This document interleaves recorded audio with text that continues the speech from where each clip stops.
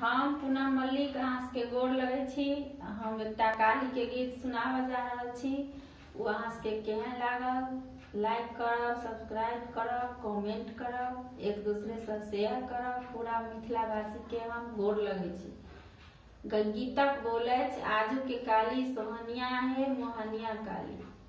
आजू के काली सोहनिया है मोहनिया काली। आजू के काली सोहनिया है मोहनिया काली। काली के मांगो में टीका शोभे। काली के मांगो में टीका शोभे।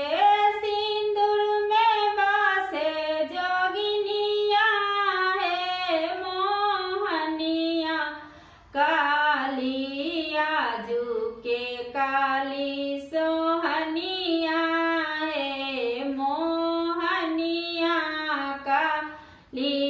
काली के डारों में चुनरी शोभे। काली के डारों में चुनरी शोभे। डरकस में बासे जोगिनिया है मोहनिया काली। आजू के काली सोहनिया है मोहनिया काली।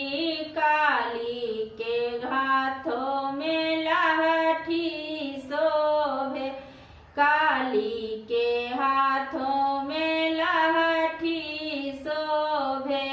कंगन में बासे जोगिनिया है मोहनिया काली। आजू के काली सोहनिया है मोहनिया काली। काली के पैरों में पौज शोभे।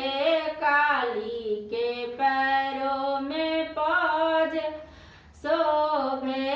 बिछुआ में बासे जोगिनिया है मोहनिया काली। आजू के काली सोहनिया है मोहनिया काली। आजू के काली सोहनिया है